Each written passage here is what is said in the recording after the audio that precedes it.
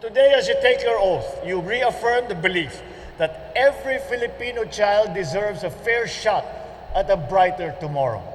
Walang katumbas ang sakripisyo ng ating mga guro.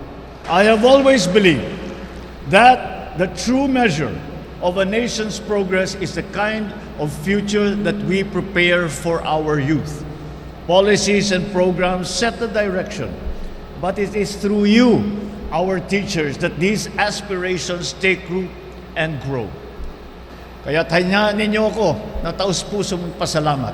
Maraming salamat sa inyong lahat, sa inyong dedikasyon at sa inyong malasakit. That is why our responsibility as a government is to stand beside you, making your profession more sustainable, more dignified, and more rewarding. After all, when our teachers are supported, our students are better served, and our nation moves forward with greater confidence. Teach not only knowledge, but empathy, not only skills, but character.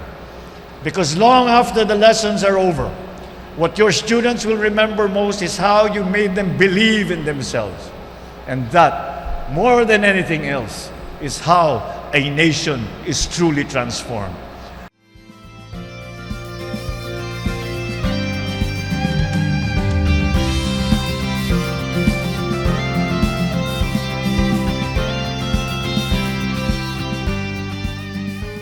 Masayang-masaya at sa wakas dumating na yung pagkakataon. From teacher 1, bigla naging teacher 4. Hindi ko na nga inaasahan na sa age ko.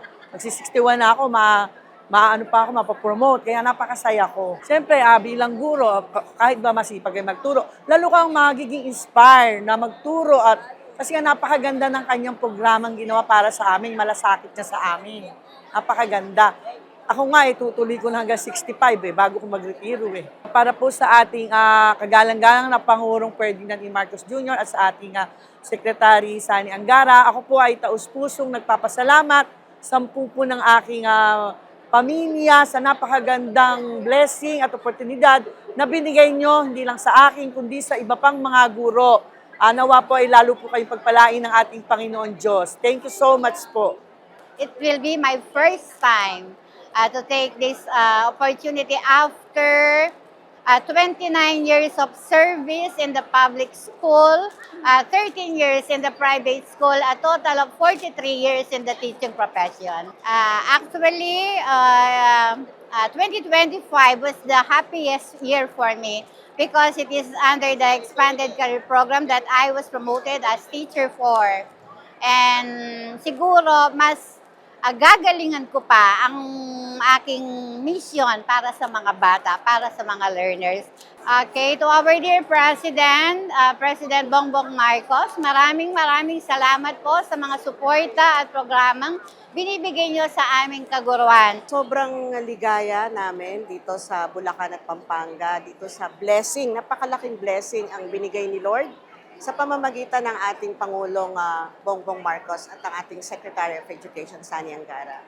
Nakita ko sa mga guro kung paano sila umiyak dahil sa mahabang panahon na hindi sila napopromote. No? Merong 30 years, 40 years na Teacher 1 at hindi nila inakala na dito sa ECP, mapopromote sila kaagad ng Teacher 3 at Teacher 4. Talagang napakalaking tulong sa ating mga guro na talagang nagsakripisyo naman ng mahabang panahon para sa paglilingkod sa ating mga kabataan. 10 years din po ako na third level ng Assistant Superintendent at 28 years in public service as public school teacher.